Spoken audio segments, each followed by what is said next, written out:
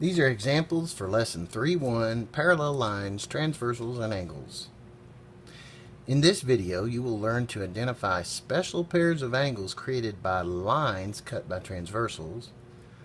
You'll find the relationships between special angle pairs when lines are parallel, and you'll learn how to prove angles congruent using parallel lines cut by transversals. Example 1. In this example, you will identify special pairs of angles. Name a pair of alternate interior angles. Name a pair of same-side interior angles.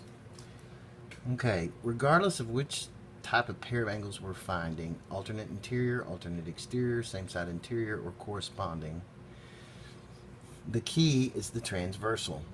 So first of all, look at the diagram and notice that we've got the transversal is the line that intersects two or more other lines. Well, the only line that intersects two other lines in this particular diagram is line R. So line R is the transversal. And the two lines it's cutting would be the other two lines, N and M. So M and N are being cut.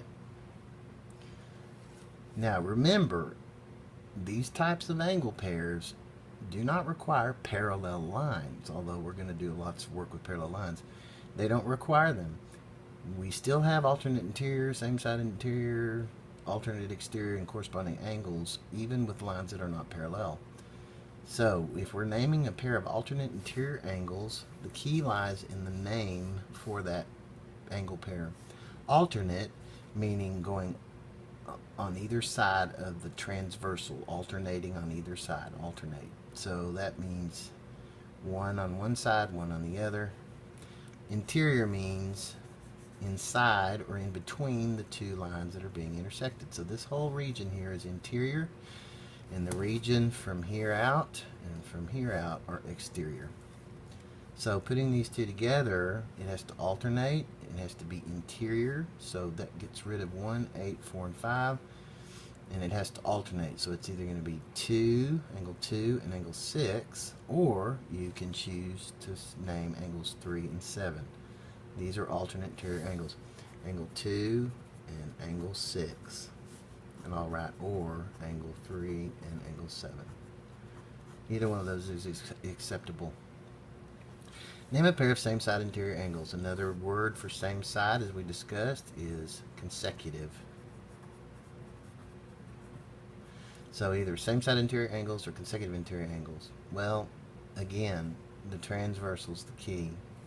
Same side is like the opposite of alternating. So they're on one side of the transversal.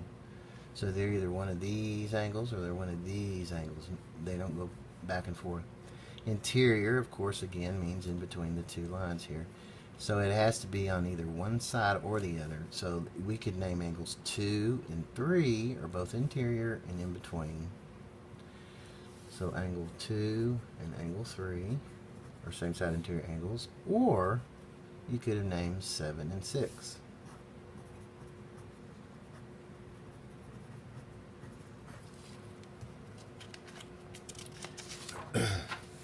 Example 2.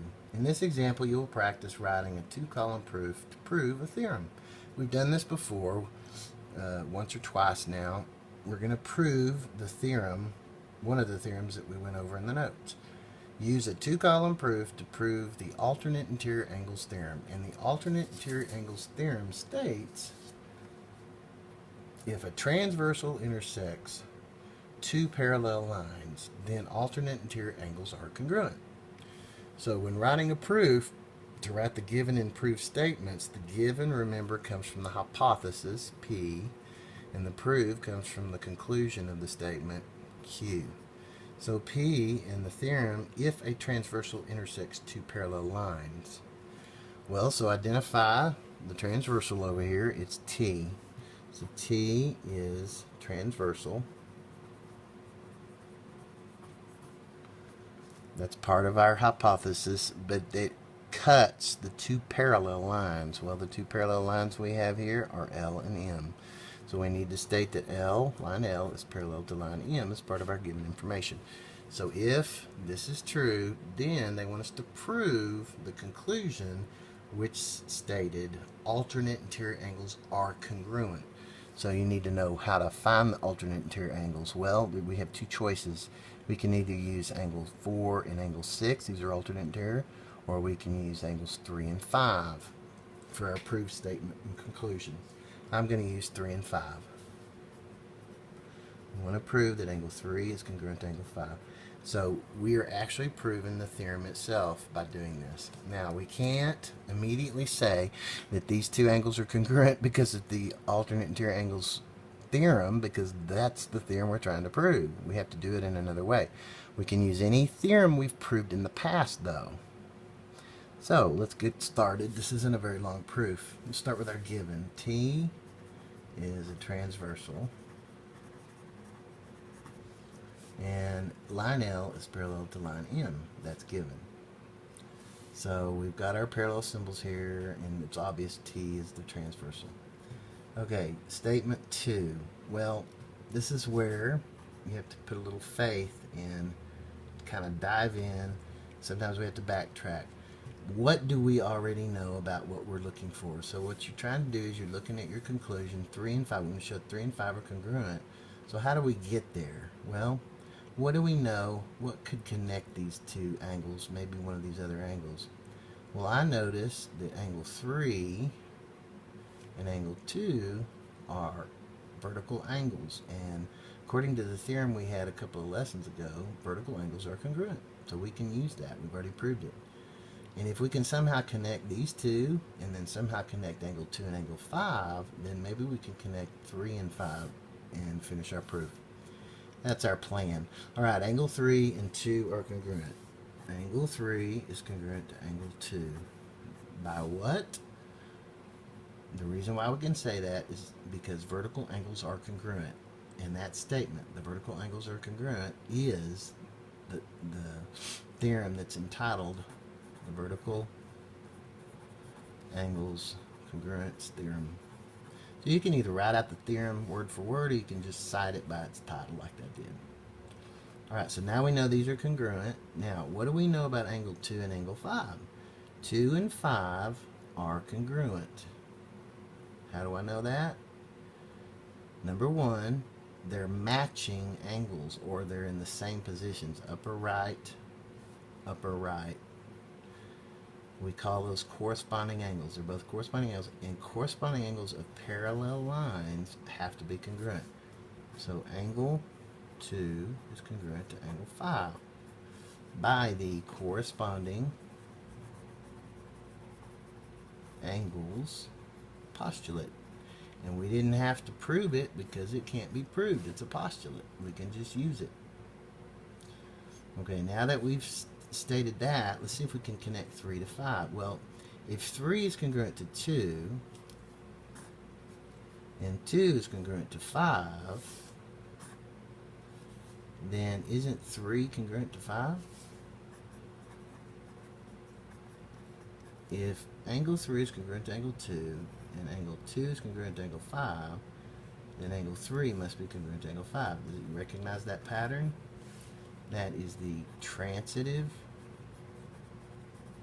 property of congruence. And we use statements 2 and 3. And we have proved now the alternate interior angles theorem. Example 3. In this example, you again will practice writing a 2-column proof to prove a theorem. This time we're going to prove the same side interior angles theorem. This one's a little bit more involved, but the same type of thinking is behind it. The theorem states, the same side interior angles theorem states, if a transversal intersects two parallel lines, then same side interior angles are supplementary. So you have to know how to locate same side interior angles. Well, that would either be angles 1 and 2 or 5 and 3. Now remember, they're not necessarily congruent. They're supplementary. So we got to be careful there. So I can either use 1 and 2 to prove that they're congruent or supplementary, or I can use 5 and 3 to show that they're supplementary. I'll just use 1 and 2. So T intersects L and M. Here's the two parallel lines. cut by transversal T. That's all our given. We want to prove the conclusion, the measure of angle 1 plus the measure of angle 2. Now if we want to say they're supplementary, isn't that the same as saying they add together to give us 180 degrees? So there's our hypothesis, there's our conclusion, and now we're ready to prove. So let's start with the first statement. It's the given statement. T intersects line L and line M. And also, L and M are parallel. So line M is parallel to line M. Given. Alright, statement 2. Where do we go from here? Well, let's see. 1 and 2. What else do we know? We know that 3 and 2 are a linear pair. We also know that angles 1 and 4 are congruent because they're vertical angles. Well, we had some luck with using vertical angles a while ago. Let's do it again. Angle 1 is congruent to angle 4. Reason, vertical angles are congruent. Theorem, we've already proved. And now that we know those are congruent, look at, they help us out a little bit here. The next statement from statement 2, they're saying the measure of angle 1 is equal to the measure of angle 4. Well, if angle 1 is congruent to angle 4, then we can conclude that their measures are equal. Does that sound familiar? If two angles are congruent, then their measures are equal. That's the definition of congruent angles.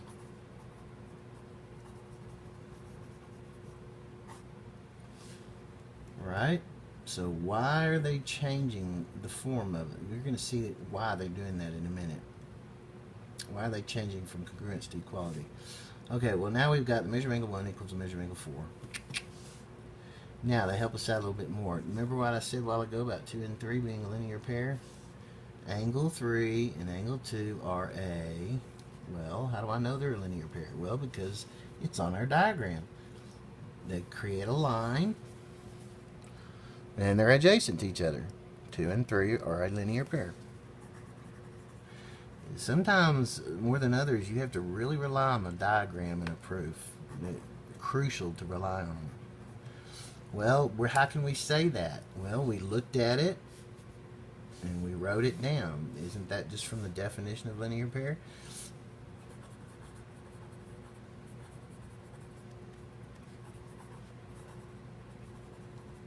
The definition of linear pair says that if two angles are adjacent and form a line, then they are a linear pair. There it is.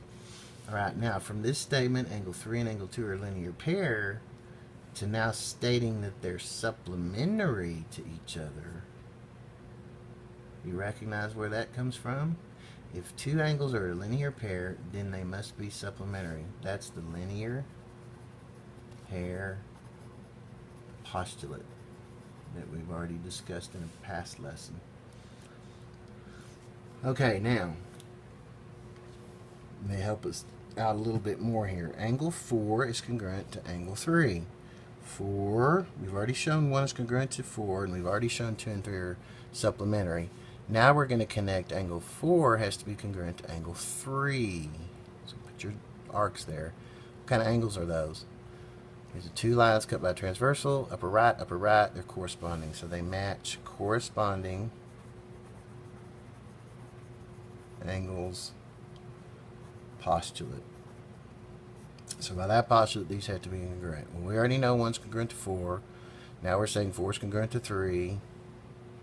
So 2 and 6, statement 2 and 6. If 1's congruent to angle 4 and angle 4 is congruent to angle 3, then isn't angle 1 congruent to angle 3? And we'll get to that. Okay, so before we do that, we need everything in measurements, though. So let's go from there to here. Angle 4 is congruent to angle 3. By the definition of congruent angles, the measure of angle 4 equals the measure of angle 3. So, if we drop down from 3 to 7, Measure of angle 1 equals the measure of angle 4, and if the measure of angle 4 equals the measure of angle 3, then doesn't the measure of angle 1 equal the measure of angle 3? It's the transitive property all over again, except it has to do with equality instead of congruence. So the transitive property of equality this time, and these were statements. We used this one, 7, and we used statement 3. Okay, why are we doing all this? Well, we're trying to connect 1 and 2. We're trying to say 1 and 2 are supplementary. And now we know that these are congruent, these are congruent. So how in the world are we going to get over to that statement? Well, so take a look real quick at it. Take a look at statement 8. Go up and find something else that dealt with the measure of angle 1. And there's something there. What about angle 3?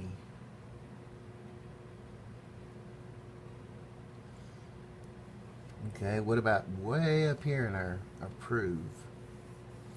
Angle 1.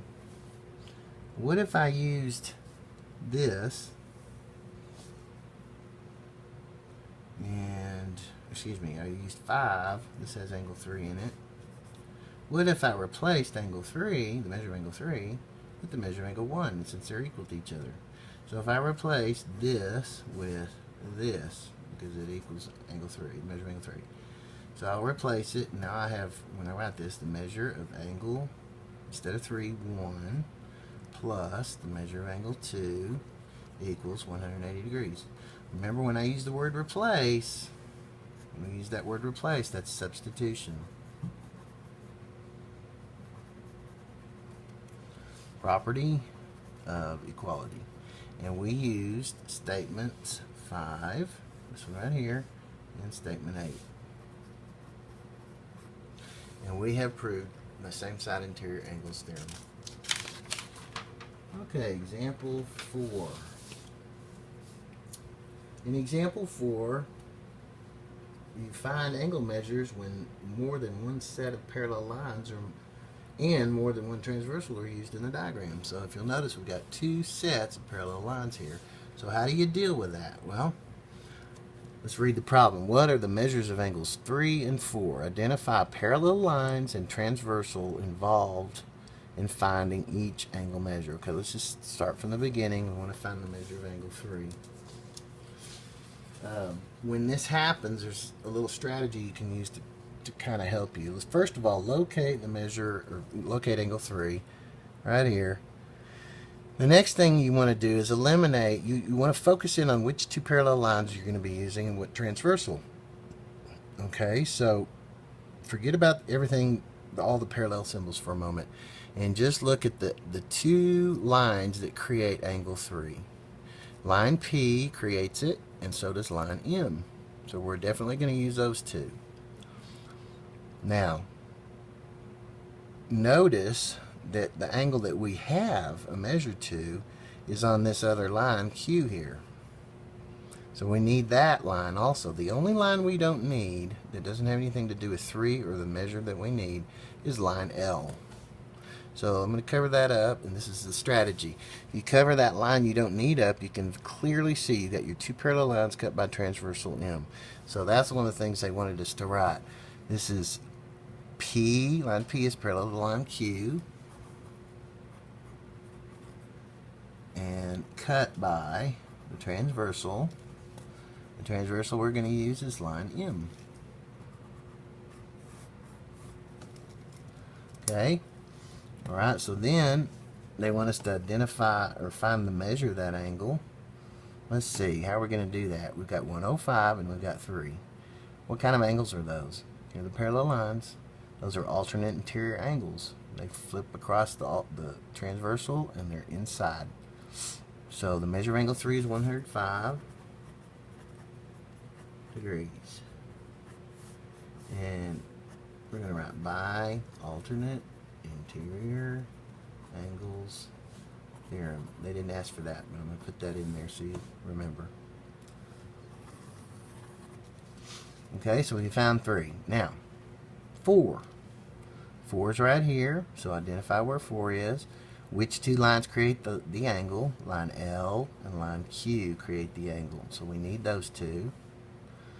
And what's the other angle we know? We know 105. So we need to keep the angle that's, the line that is paired up with these two angles. So we need line M. The only line we're not going to use this time is line P. Take a look. We've got two parallel lines, line L and M, cut by transversal Q. So, we got that. Line L is parallel to line M, cut by line Q. This is what we're going to use for this particular angle. Oops, sorry. There we go. Okay, so now covering that up, what do we know about 105 and angle 4? What kind of angles are they? They're same side interior. They're in between the two parallel lines, but they're on one side of the transversal. So, by same side interior angles theorem,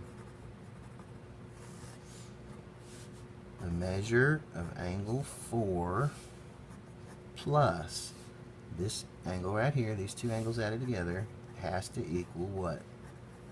180 degrees. So then just solve for the measure of angle 4. Subtracting 105 from both sides, the measure of angle 4 is equal to 75 degrees. So we found the measure of our angle. And by the way, here are the visuals again. This was the first situation where we used angle 3 and the 105 degree angle, transversal M and parallel P and Q. And here's the one we just finished.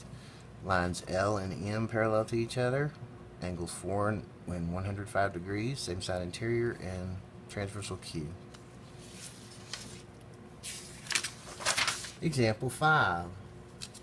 In example 5, you will find angle measures when algebraic expressions are involved, and you're going to use postulates and theorems you've already learned in the past. So here we go. Example 5. Find the measure of angle 5. So here it is right here. Which theorem or postulate did you use to find the value of x? So we're going to have to find x first. Once we find x, then we can plug those in or substitute them in and find these angles that we need. Then which postulate or theorem did you use to find the measure of angle 5? So eventually we're going to have to find that. Alright, so to start with, take a look, and we've got, let's somehow connect the algebraic expressions here. Take a look at this. We've got two parallel lines cut by transversal. What kind of angle is this one and this one? They're outside, they're not inside or in between the two parallel lines, so they're exterior. They also alternate on either side, so alternate exterior angles. So by the alternate exterior angles theorem,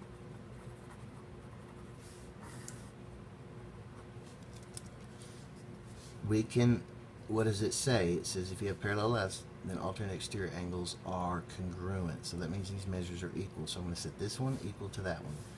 So I have 4x plus 47 degrees equals this angle here, 8x minus 1 degree. So dropping the parentheses, subtract 4x from both sides, and we get 47 equals 4x minus 1. Add 1 to both sides. Get 48 equals 4x. Divide both sides by 4, and x is 12. Now we did find the value of x. What theorem did we use? We used the alternate exterior angle to find x. Now for the measure of angle 5. Okay, so we can either connect it to this one, but we don't have a name for these pairs of angles, but we do have a name for these two angles.